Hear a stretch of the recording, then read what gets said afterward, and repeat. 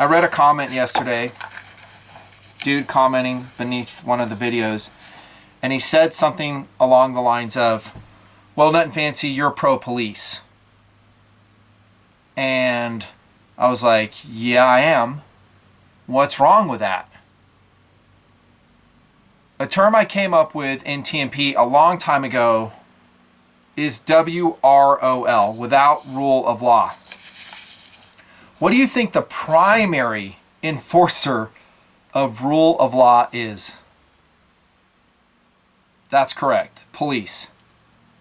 Now, there's a lot of other arguments you can make. Food on the shelves, gas being delivered, energy being delivered, the economy's going, and so people are not desperate. I'm on board with all of that. But if you were to get rid of the police force, you kind of take us back to an era where you can't really do what you want to do. You can't go through your daily life playing, jumping on a motorcycle, riding around, going to your work and then coming back and hanging out with your kids. A portion of your energy, a portion of your time will be devoted to defending yourself against those who want to take what you have. To me, that is the essence of without rule of law. Our society has gone through eras like that many times. In modern history, it's been relatively short-lived.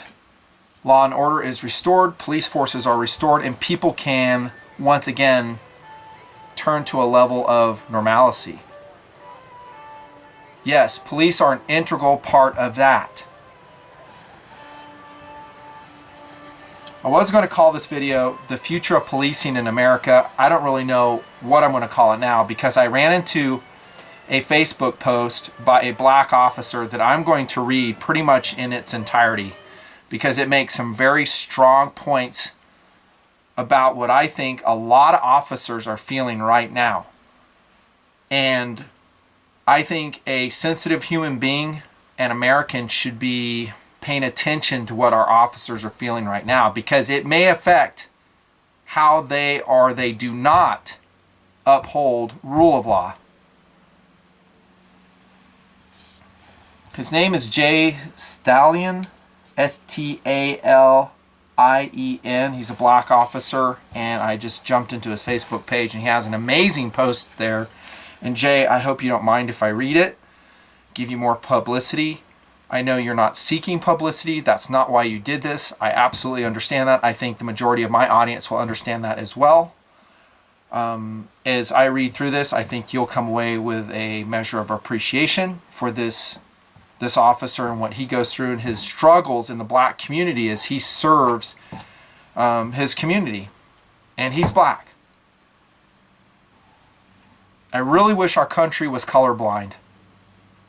And I think certain politicians and a lot of the media have done a lot of disservice to America as a whole by constantly bringing up race issues. And it's divisive. And you can see the results of that happening. I'll read Jay's thing here in a second. I know a lot of officers. I've worked with a lot of officers of all different ethnic backgrounds, Oriental, black, white, Latino. In my estimation, and having worked beside them in a lot of different ways, both in the military and out of the military, what you see is what you see in the movie with Jake Gyllenhaal. And that was an excellent movie. I thought it gave great insight to beat cops. It was in, I think, South Central LA, where that one was filmed, where they're fighting the gang wars or whatever down there. I think it was realistic. I think it was gritty. And it gives you some insight about how race really is not an issue with most officers. From my perspective. Maybe I'm totally off, but I don't think I am. You don't even think about it. If you're serving in the foxhole with them, you're serving beside them, you're not sitting there and go, well, he's white. Well, he's black. It's just not even there. And yet, if we turn on the media, all the major news feeds, you would leave with the impression that most of the officers, I wouldn't say all, they're not portraying that, but I would say most of the officers are racist And that word is loaded. It's lost all its meaning, in my opinion, completely. But we'll just play the game. I don't see it. I just don't see it. I see a bunch of good guys and gals just doing the best job they can, often working as a team. Does it mean they're perfect? Absolutely not. Does it mean that they always get along? No. It doesn't. It's that way in the military. But by and large, in the military, no one cares what color you are. What they care about is what type of person are you? Can you do the job, and do you do it well? Do you have a sense of integrity? Are you a good dude? That's what they care about. That's what I care about. When I'm flying my jet, I don't like some black guy shows up and he goes, oh yeah, he's black, and so I'm going to look at him differently. Doesn't happen. Can he do the job? Is he a good person? Awesome. We're buds. That's what most police officers do as well. They assess according to their own experience levels as best they can. And I'm not going to get into all the background right here. The video will be too long, too controversial. I'm not going there right now. And they just do the best job they can. And I think this has been going on for a long time. So the shootings which happened, if you were to listen to the media and the Black Lives Matter and the hubbub surrounding it, you would think that this is a new phenomenon, that suddenly police are racial, that they're profiling, that they're going out of their way to arrest and perhaps even kill people of color. I don't buy that narrative. It's false. And what you're seeing in police work is no different than has gone on for decades. None. There's no difference. And if you say otherwise, I suggest you do a lot more reading. Go back. Look at the 70s. Look at the 80s. Look at the 90s. You'll find that a lot of the same happened then. Mistakes are made. Sometimes it happens. You know, an officer he's a human being. She's a human being. They assess the situation. They think they're threatened. Maybe they make a bad lethal force call. Guess what? Civilians do that too. The problem I have is not so much that you say, hey, let's evaluate the situation, pull the facts out, find out what the truth was, and if and when we do need to do some administrative stuff, some punishment, then okay. But that's not going on. What you have now is a mob mentality, which is dragging these people into the public limelight without any trial, without any examination of the facts, without any examination of the suspect, of what he did previously, what was the situation. All that is drowned out in an onslaught of screaming and shouting and calls for a lynching. The last time we saw a mob mentality like this was after Sandy Hook, and now we have it on a different subject, and it's aimed to officers in general. That they're racist, there's that word again, and that they need to be curtailed, and they need to be punished, and they need to be highly monitored. I haven't forgotten. I'm going to read his stuff here, but this is good what we're talking about. Let me tell you this. Police officers right now, and I'm broad stroking this, it could be sheriff departments, local, municipal, campus police officers, have been highly scrutinized, have been highly monitored for a long time. This is not new. Most of them nowadays are wearing lapel cams. So everything they say is monitored, it's filmed, it's watched, and you're going to see more of that come into play. If I myself am a beat cop, I wouldn't want, well, I shouldn't say, I was going to say I wouldn't want to wear one, but sometimes it would be good because if you're, accused of something you didn't say, it's like, oh, just play the camera back. I get that. They're highly scrutinized. And what we've done in America already, forget suggestions. I haven't gone on the internet looking, oh, we need to do this with police. We need to make sure they walk this really strict line. I haven't gone out there looking, and I'm really not interested because I feel like I already know it from personal experience. I don't have to have someone regurgitate it to me to know what reality is for our police officers. I already know. I know what they deal with. Every decision they make will be scrutinized and questioned. Did you do this? What was your intention here? You have to write up paperwork on this. Every incident is written up.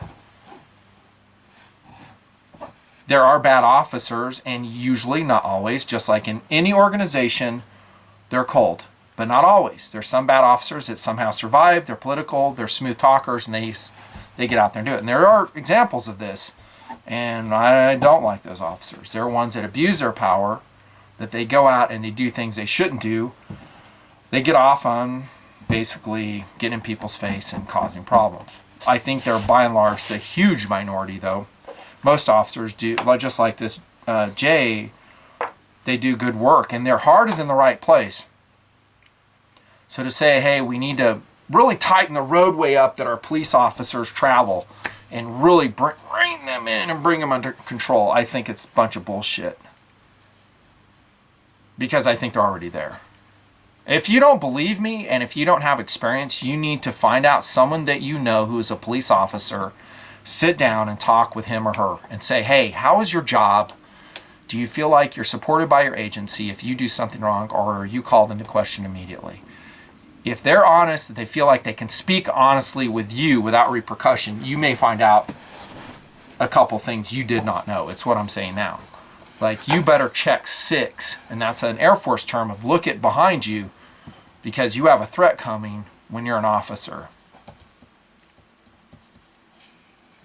It's a tough job, and so maybe I'll stick with the title, The Future of Policing in America. I'll end maybe with Jay's very excellent statement. The problem we have with that, and there's going to be, I'm just going to touch on a couple, is number one, you're going to probably disaffect our men and women in blue. If they feel to the point where society is not supporting them, if they feel like everything they do is going to be questioned, that they'll be accused of being racist just because they're doing their job, that the perp was a person of color, and maybe they had to just defend themselves, but no, because they did that, they're called a racist, then what you may find is they'll go through the motions of policing, but they won't really be policing. Make sense? It would be like you and your job, that no matter what you do, you're criticized by your boss. That you try this initiative, you try that initiative, none of it is welcome, none of it is appreciated, and pretty soon, where's your motivation? Where's your initiative? You don't have any. You don't want to quit the job because it's paying the bills, but you'll just kind of go through the motions. I think a lot of the police officers in America, if we're not careful, can get to that point. And so what they'll say is they'll see a crime being committed, and maybe they'll just turn away and go, yeah, I don't see nothing happening over there. Maybe that crime's being committed against you. The critic of police officers. And I never understand that. It's like, well, I hate police officers. I'm speaking about some people. Well, you don't hate them if they're coming to your rescue, do you? You're being robbed, beat up, assaulted, mugged, raped. How do you feel about a police officer if he or she shows up with a Glock? Saves your butt. Do you hate him then? Well, no, I don't. Well, if you truly feel that way, never dial 911 ever, because maybe you think that by dialing 911 that you'll be made into a victim. Again, these are broad strokes. There's variations all along the way. So I think one of the future of police work in America, I think a lot of officers, if it hasn't happened already, are going to be unmotivated to do a good job. The only way that's really prevented is by an excellent agency that backs up their officers, contrary to political correctness, contrary to the current zeitgeist, which is overwhelming right now, which you'll see everywhere. Even under this video, you'll see it. And a good police chief or a good sheriff says, you know what, I'm going to back up my officers. It doesn't mean we're not going to get to the truth. If my officer made a mistake, we'll get to that. We'll find out. But I will shield them. I will shield them from hatred, from threats, everything. And that's what I would do as a police chief. Even if it looked like that my officer made a mistake, you have to do that for your organization. And by the way, I'm not just talking about police agencies. I'm talking about leadership of any organization. You have to shield your people from exterior threats.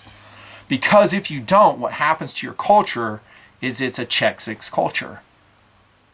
Again, go back, and if your subordinates feel like you don't have their back, what are they going to do? They're like, well, I'm damned if I do, I'm damned if I don't.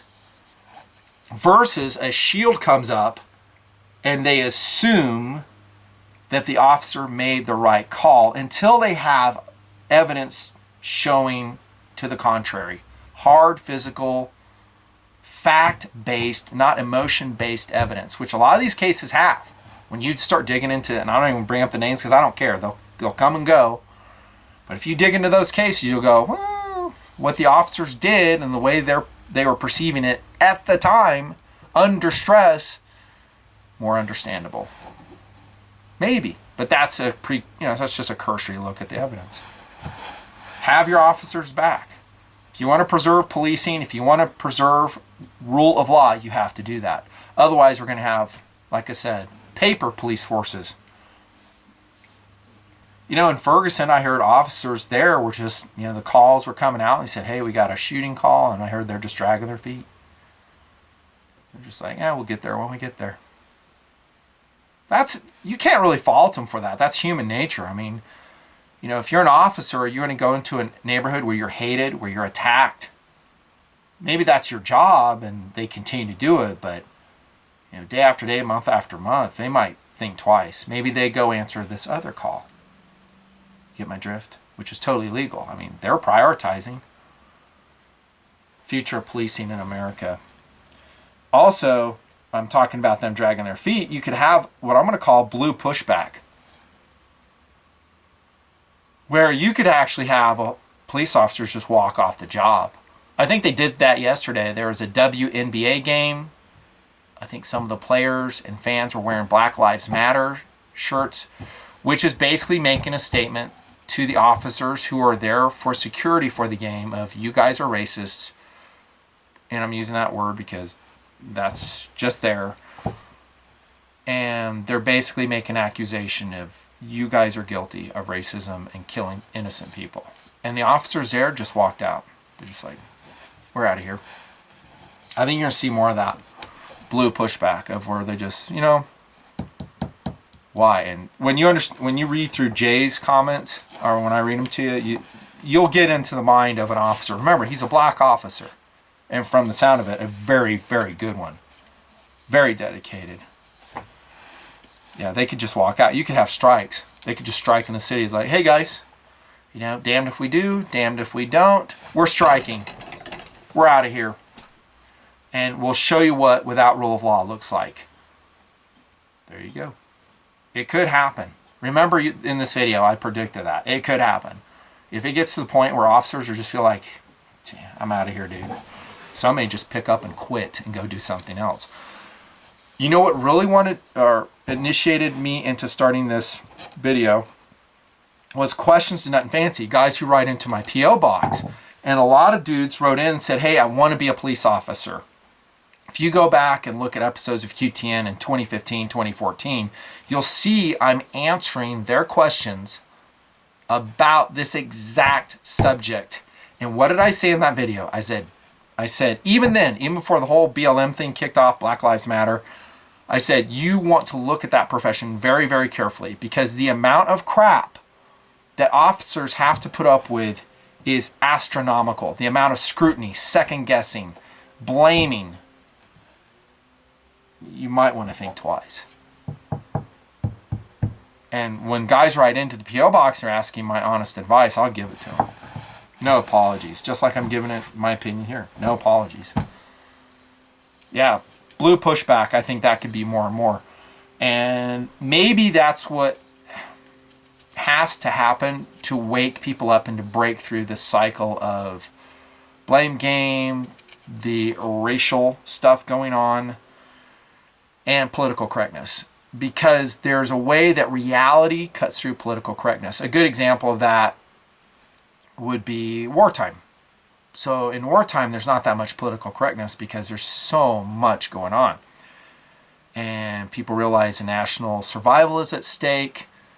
We need to survive here. We don't have time and to invest in nonsense and the imagination of all these things which we want, how we want, and will coerce people to speak. I could go on and make a whole video about that. Another problem, future talking about future policing of America, is they won't be able to recruit people. Kind of what I just mentioned here. TNPrs will go, you know what? That's right. I don't think I'm going to be a police officer.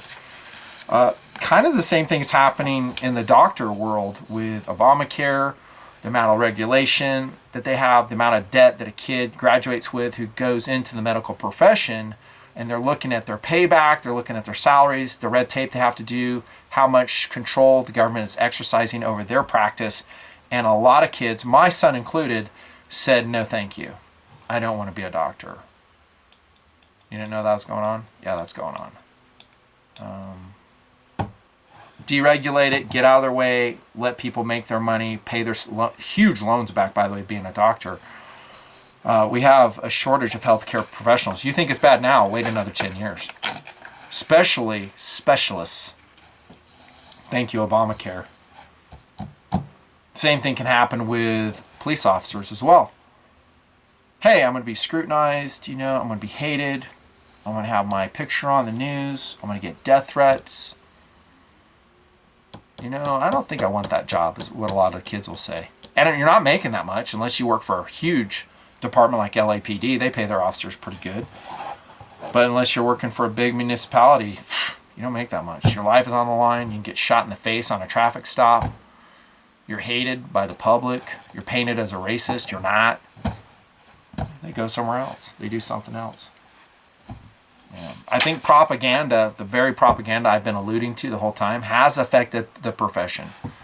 If you look at the morale of officers, and I talk to them all the time in both, all types of departments, they're echoing the same thing. They just roll their eyes and they say, I can't wait till retirement. I can't wait to get out of here. Now, was it like that in the 1970s, 1980s, early on, maybe the 60s? We got to be careful when we go back and we look and we go, oh, everything was just perfect. Days gone by. I don't think that was the case. I think we always had issues. There was always politics. There was probably always accusations and maybe some true instances of racism that were dealt with back then. But by and large, it was probably better, that because I talked to a lot of retired cops. I've brushed shoulders with them. I've served with them. And they look back fondly at their career and they go, it was good. I mean, I had some low points for sure, but I would do it all again. I don't know if we're there now anymore. Another one, and I'm going to get to the letter here in just a sec. Future of policing in America. I think with the scrutinization and the calling for more scrutinization and control of officers in the field, I don't know how they're going to do that, but what measures they're going to do. I suspect what they're going to do is mandatory racial training to all officers, especially white officers. That's just me shooting off the cuff right there. Maybe bi-monthly. So they're going to force them to go through these classes. It'll be a brainwashing, if you ask me, of you will do this, you won't do that. And what they're going to take away is the most important tool that an officer has, and that's his or her judgment. Now, we are human beings. Police officers are human beings. They make a call. Sometimes, and most times, it's the right call. Sometimes it's not the right call. But they still have to make the call. I've always said, if you think you can do it better, then do the job and show the world how to do it better. So the biggest critics of police, if you're watching this video, I recommend you become a police officer. You go through school, you go through academy, you get your badge and start serving, and then start blogging and telling the world how your approach is to police work. I suspect you won't do it any better than Jay Stallion is doing, and I suspect your eyes are going to be open to the evil that you confront daily. And this political correctness that I've alluded to does not account for that. It does not account for an officer who day in, day out is dealing with some bad parts of humanity. They misrepresent themselves. They try to distract when they have a lethal threat coming at you. They see the same players over and over again. They go into the same neighborhoods. They know what to expect. And a good officer with a good partner will build up an awareness, a judgment of knowing when they're threatened and knowing when they're not. But if you start ladling onto them all this training and these regulations, basically it's an ROE, rules of engagement.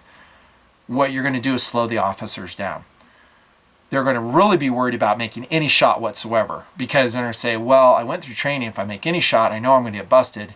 And the bottom line was, what I'm saying to you is, I think more officers will get killed because they will hesitate to use their weapon because they are fearful from being charged by their department, to being crucified by the media. And so instead of making a shot that would save his life, his partner's life, maybe the life of an innocent civilian, maybe it's a person of color, that officer doesn't make the shot, he's dead, maybe some more people are dead. I think that's what's in our future. I think that's what's in our future. Is that right?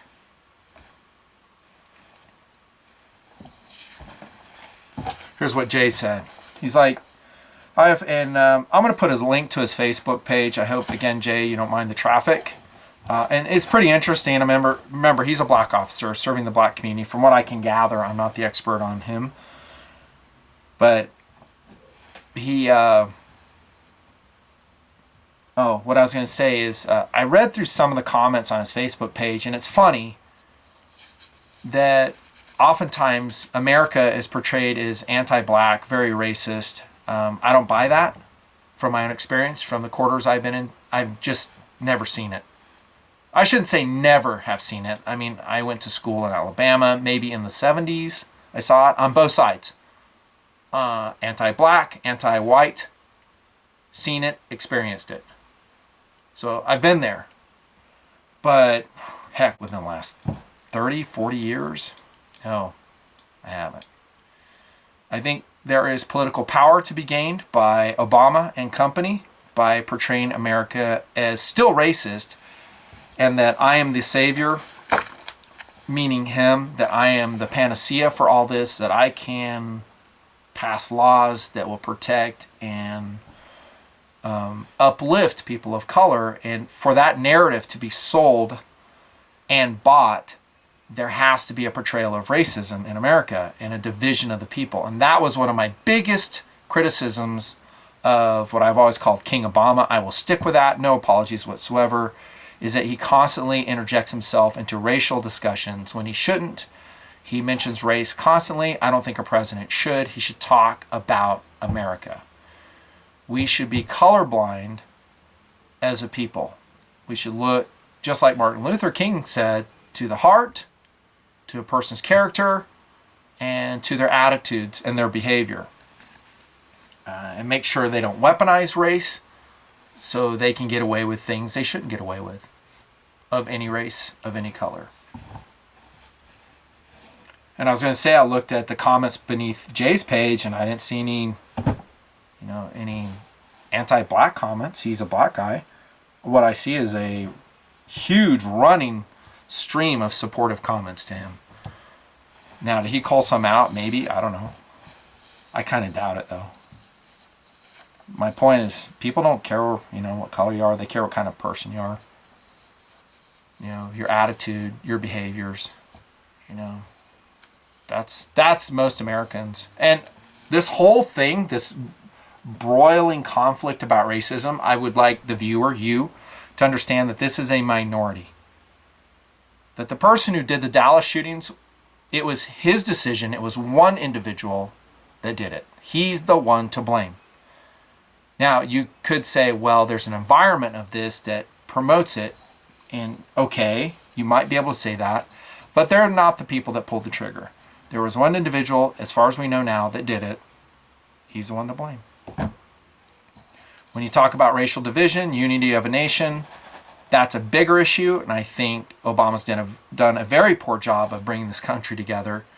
Again, always bringing up race instead of just talking about us as a whole. But, if that was would have ever happened, I don't know. There's a lot of misrepresentation going on. But understand this, most people in this country get along with each other just fine. Just fine. Like the week of the shooting, I was hanging out with a black buddy of mine. Laughing, carrying on. And I was thinking while we were talking, as we always do, I was like, here we are, a white guy and a black guy, getting along like we always do, famously. And yet, the narrative in the media is that we shouldn't be. That maybe I should be racist, or maybe you should hate me because I'm white. And none of those entered. And I've known him for years, and it just has never entered our relationship. And I think the vast majority of people are that way. So I would advocate people treat each other with kindness, with the golden rule, without any respect to color. Imagine that. Imagine that. Basically treat them the way you would want to be treated. The golden rule. Now, if later attitudes come out, there's threats being made, then maybe you have to put on a different social skill set to get through that situation. And if it amps up, maybe you need to extricate yourself from that situation. Get on. Jay writes, I have come to realize that there's something that is still hard for me to understand to this day. The following may be a shock to some coming from an African American, but the mere fact that it may be shocking to some is prima facie evidence of the sad state of affairs that we are in as humans. By the way, I would like to say here that you may think that this is a minority view, but I will tell you that I think Jay speaks for a lot of officers, both white and black. Again, they get along great with each other from everything I've seen, and I think it is a majority opinion what he's writing here. I used to be so torn inside growing up. Here I am, an African American born and raised in Brooklyn, New York, wanting to be a cop. I watched and lived through the crime that took place in the hood. My own black people killing others over nothing. Crackheads and heroin addicts lined the lobby of my building as I shuffled around them to make way to our one-bedroom apartment with the 6 of us living inside. I used to wake up in the middle of the night to the sound of gunfire, only to look outside and see it was 2 African Americans shooting at each other. It never sat right with me. I wanted to help my community and stop watching the blood of African Americans spilled on the street at the hands of a fellow black man. I became a cop because black lives in my community, along with all lives, mattered to me and wanted to help stop the bloodshed. As time went by in my law enforcement career, I quickly began to realize something. I remember the countless times I stood 2 inches away from a young black man around my age, lying on his back, gasping for air as blood filled his lungs. I remember them bleeding profusely with the unforgettable smell of deoxygenated, dark red blood in the air as it leaked from the bullet holes in his body onto the hot sidewalk on a summer day. I remember the countless family members who attacked me, spit on me, and cursed me out as I put up crime scene tape to cordon off the crime scene, yelling and screaming out of pain and anger at the sight of their loved ones taking their last breath. I never took it personally. I knew they were hurting. I remember the countless times I had to order new uniforms because the ones I had on were bloody from the blood of another black victim, a black-on-black crime. I remember the countless times I got back in my patrol car, distraught after having watched another black male die in front of me, having to start my preliminary report something like this: suspect, black male, victim, black male.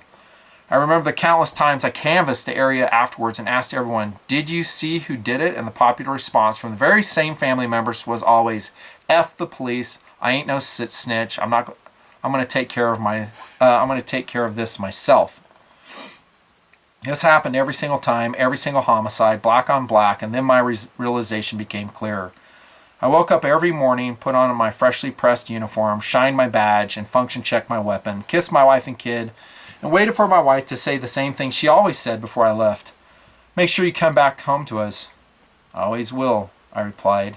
But the truth was I was never sure if I would. I almost lost my life on this job, and every call, every stop, every moment that I had this uniform on was another possibility for me to almost lose my life again.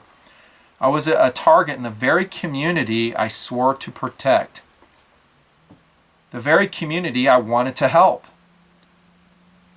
As a matter of fact, they hated my very presence. They would call me Uncle Tom or wannabe white boy, and I couldn't understand why. My own fellow black men and women attacking me, wishing for my death, wishing for the death of my family. I was so confused, so torn, I couldn't understand why my own black people would turn against me, when every time they called, I was there, helping them. Every time someone died, I was there. Every time they were going through one of the worst moments of their lives, I was there. So why was I the enemy? I dove deep into that question. Why was I the enemy? And I'm just reading his words, is what he's saying. Then my realization became clearer. I spoke to members of the community and listed some of the complaints as to why they hated cops, and I did the research on the facts. I also presented the facts to the members of the community and listened to their complaints and response, and this is what I learned. Complaint: police always targeting us. They always are messing with the black man. Fact: a city where the majority of the citizens are black, Baltimore for example, will always have a higher rate of black people getting arrested because there's more of them in that particular community. It will always have a higher rate of blacks getting stopped and will always have a higher rate of blacks getting killed. And the reason why this is because a city whose characteristic, with those characteristics, will always have a higher rate of blacks committing crime. Makes total sense, right? The statistics will follow the same trend for Asians if you go to China, Hispanics if you go to Puerto Rico, whites if you go to Russia, and the list goes on. It's called demographics. That's what he's saying. Complaint: more black people get arrested than white boys. Fact: black people commit a grossly disproportionate amount of crime. Data from FBI shows that nationwide, blacks commit 5,173 homicides in 2014. Whites committed 4,4367. This is his writing. Chicago's death toll is almost equal to that of both wars in Afghanistan and Iraq combined. Chicago's death toll from 2001 to 2015 stands at 7,401 soul. The combined death tolls of Operation Iraqi Freedom, I didn't check these numbers, these are just his, and Enduring Freedom, the total is 8,321. Complaint: blacks are the only ones getting killed by police, and they are killed more. Fact: as of July 2016, the breakdown of the number of U.S. citizens killed by police this year is 238 white people killed, 123 black people killed. So he says 238 white people killed, 123 black people killed by police. That doesn't include like local crime. 79 Hispanics and 69 other or unknown race. Fact: black people kill more blacks than the police do, and there are only protests and outrage when a cop kills a black man. Yeah, that's a good point. So where's the outrage when the local community, when it's black on black violence? Is there a t-shirt for that? University of Toledo criminologist Dr. Richard R. Johnson examined the latest crime data from the FBI supplementary homicide reports and Centers for Disease Control and found that an average of 4,472 black men were killed by other black men annually between 2009 and 2012. Further concluded that 112 black men died both from justified and unjustified police-involved killings annually during the same period. So remember, what we're reading is Officer Stallion's comments as he engaged his own community, the black community, and they brought to him their charges, and what he's doing is giving them the facts of the police work he engages in, and actually the facts of nationwide police work. So I think he's doing a good job. I think he's representing it truthfully. Remember, truth has no agenda. I don't think he has an agenda here. From all I can detect, his only agenda is to serve his community. There's no racial profiling that I can detect. There's no, from most officers, of, hey, let's go out and let's find as a black perp or suspect and harass that guy. I think they're just doing their job. Occasionally you have some bad apples, but I'm just saying, generalizing. Complaint: we already do a good job of killing ourselves. We don't need the police to do it. Besides, they should know better. The more I listened, the more I realized. The more I researched, the more I realized. I would ask questions and would only get emotional responses and inferences based on no facts at all. I see this a lot from the left. It's very emotional, it's very accusational, but when you deal with the facts, they have nothing in retort. And that's what he's saying right here. The more killing I saw, the more tragedy, the more savagery, the more violence, the more loss of life of a black man at the hands of another black man, the more I realized, writes Officer Stallion. I haven't slept well in the past few nights. Heartbreak weighs me down. Rage flows through my veins and tears fill my eyes. I watched my fellow officers assassinated on live television. The images of them lying on the ground are seared into my brain forever. I couldn't help but wonder if it had been me, a black man, a black cop, on TV, assassinated on the ground dead, would my friends and family still think that black lives mattered? Man, that's good. Because he's cutting through all the PC and getting to the humanity argument.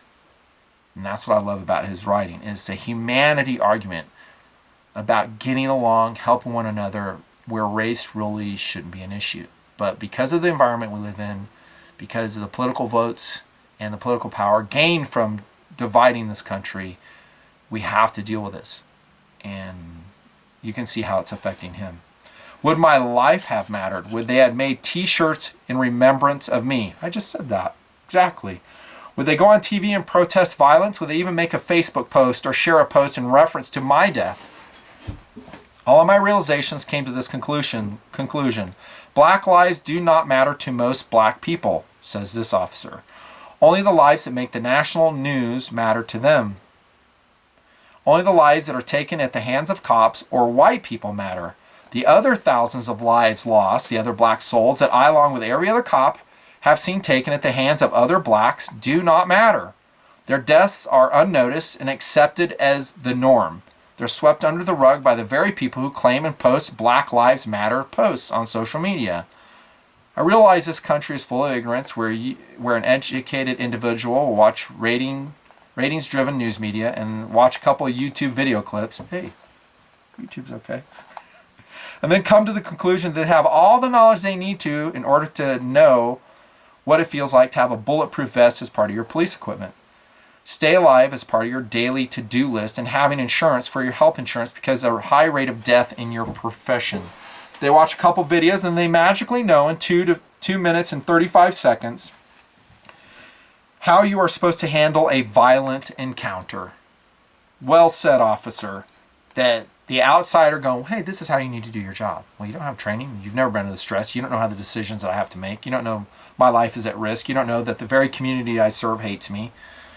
Shoulder all that, do my job, and then come back and talk to me. That's what I said earlier in the video. Amen, brother. Amen. Which took you 6 months of academy training, 2 to 3 months of field training, countless years of blood, sweat, tears, and broken bones, experiencing violent encounters, and fine-tuning your execution of the use of force continuum. Amen. I posted a video on the force continuum back in 2008. Here he is referencing that whole concept. I realize that there are even cops, duly sworn law enforcement officers, who are supposed to be decent investigators, who will publicly go on the media and call other white cops racist and KKK based on a video clip they watched thousands of miles away, which was filmed after the fact, based on a case where the details aren't even known yet and the investigation hasn't even begun. I said that earlier. Let the facts come out, examine them dispassionately, like a good court of law, a good investigation should do, and if there's some wrongdoing, then punish. But if not, as you've seen with some of these cases, they looked at all the evidence, they go, hey, the cop was justified. A reasonable police officer would have made the same decision. Wasn't race-based at all. He made a good shot from the information he had at the time. It happens. Maybe he tried non-lethal like in one of these cases and it didn't work. Less than lethal, I should say. I realize that most in the African American community, they refuse to look at solving the bigger problem that I see and deal with every day, which is black on black crime taking hundreds of innocent black lives each year, and instead focus on the 9 questionable deaths of black men, where some were in the act of committing crimes.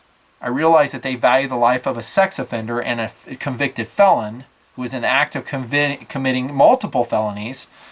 Felon in possession of a weapon, felony, brandishing and threatening homeless man with a gun, aggravated assault in Florida. He's referencing some of these cases. Felony, who resisted officers who first tried to tase him and was not restrained. Made reference to that earlier. Who can clearly be seen in one of the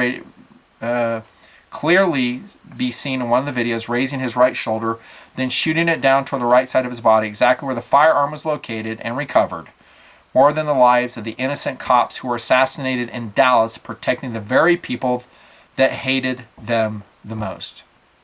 Remember what I said, that you're going to have, I shouldn't say it's going to happen, but you could have a blue pushback, and you're seeing it from this officer already, that here the community and the nation as a whole is rejecting them, rejecting him, not thanking them. And there's a lot of good people that do support police. I don't mean to say that. But what really matters is how they think. So what is the officer's perception? If they come around, they skim through the channels, they watch some videos online, and they see, wow, there's a lot of hate for me and what I do as a living, you're going to see them retract. And it's going to be what he says here. They value much more the life of a felon than they do a dedicated officer, no matter what his skin color is. He's making some great points. I realized that they refused to believe that most cops acknowledge that there are bad cops who should have never been given a badge and a gun, who are chicken shit and will shoot a cockroach if it crawls at them too fast, who never worked in the hood and may be intimidated. And like I said, there are cops like that. That most cops dread the thought of having to shoot someone and never see the turmoil and mental anguish that a cop goes through after having to kill someone to save his own life. And he should have said the life of another, which is part of their job. Instead, they believe that we are all bloodthirsty killers because the media says so, even though the numbers prove otherwise. Exactly, and he did a good job representing those numbers, I felt. He continues, I realize that they truly feel as if the death of cops will help people realize the false narrative that Black Lives Matter, when all it will do is take their movement 2 steps backwards and label them as domestic terrorists. I realize that some of these people who say that Black Lives Matter are full of hate and racism. Hate for cops because of the false narrative that more black people are targeted and killed. Racism against white people for a tragedy that began hundreds of years ago when most of the white people today weren't even born yet. I realize that in the African American community, their idea of justice is a prosecution of any and every cop or white man that kills or is believed to have killed a black man, no matter what the circumstances are. Bingo. He hit that one on the head. That right now, the mob rules that if you're a white officer, you make the shot, you're guilty. You're guilty of racism. Never mind, you're a good officer. You made a tough decision in a bad situation, and you were probably vindicated. When all the facts and evidence come out, no. Remember what I said, that it may get more officers killed, because what's going to happen is they're not going to make the shot. And guns are going to come out, and the officer's going to get shot, and he's going to die. She's going to die. Because they don't want to get scrutinized and be called all these things. I realize the African American community refuses to look within and solve its own major issues, and instead makes excuses and looks outside for solutions. I realize that a lot of people in the African American community lead with hate instead of love, division instead of unity, turmoil and rioting instead of peace. I realize that they have become the very entity they claim they are fighting against.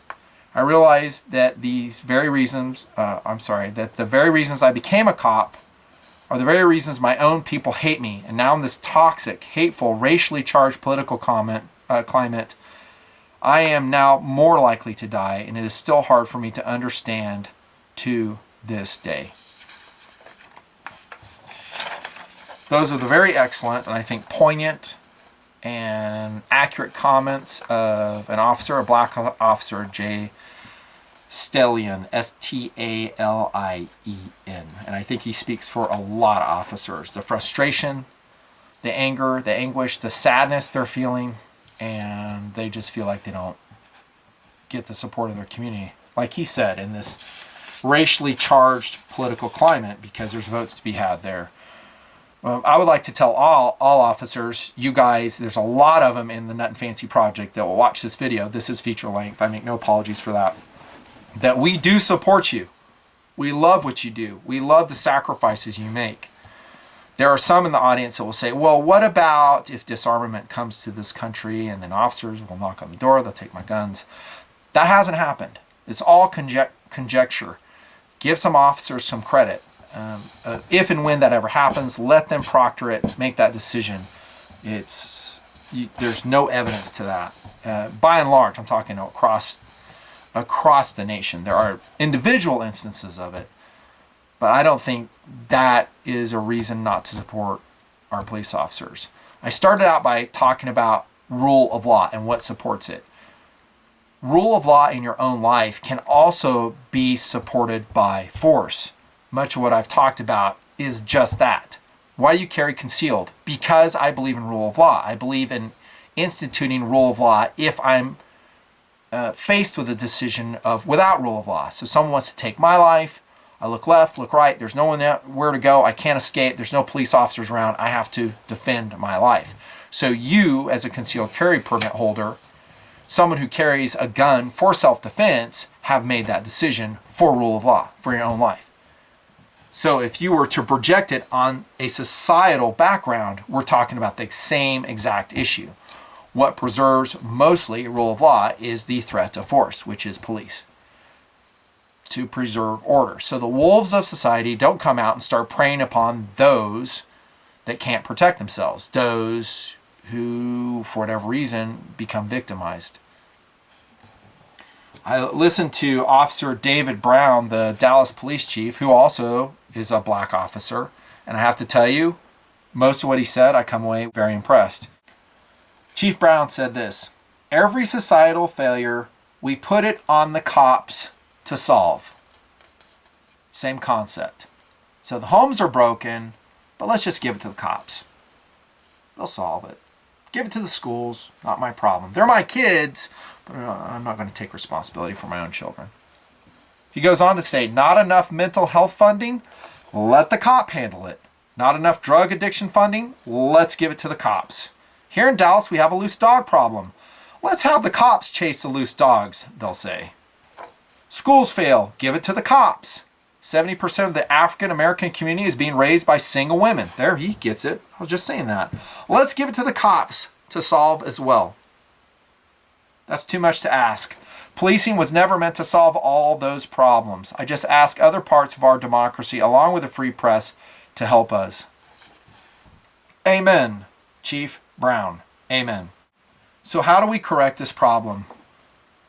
We can do it on a micro level in our own individual lives.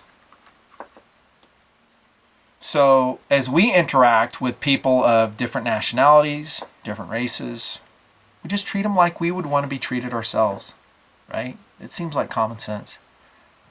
It's bad for the last 8 years we have not had a president who's modeled this, I felt.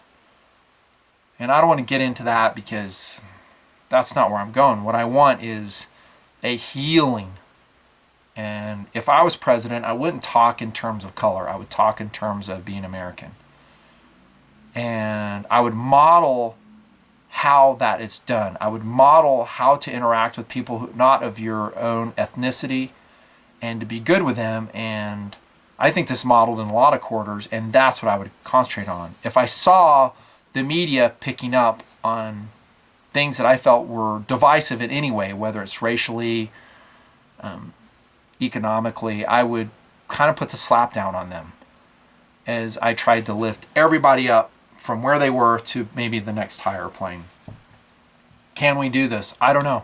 I tell you this, if we are not successful in this, and I feel the majority of us, then you're going to have a huge threat to policing here in the United States of America, and it's going to be bad.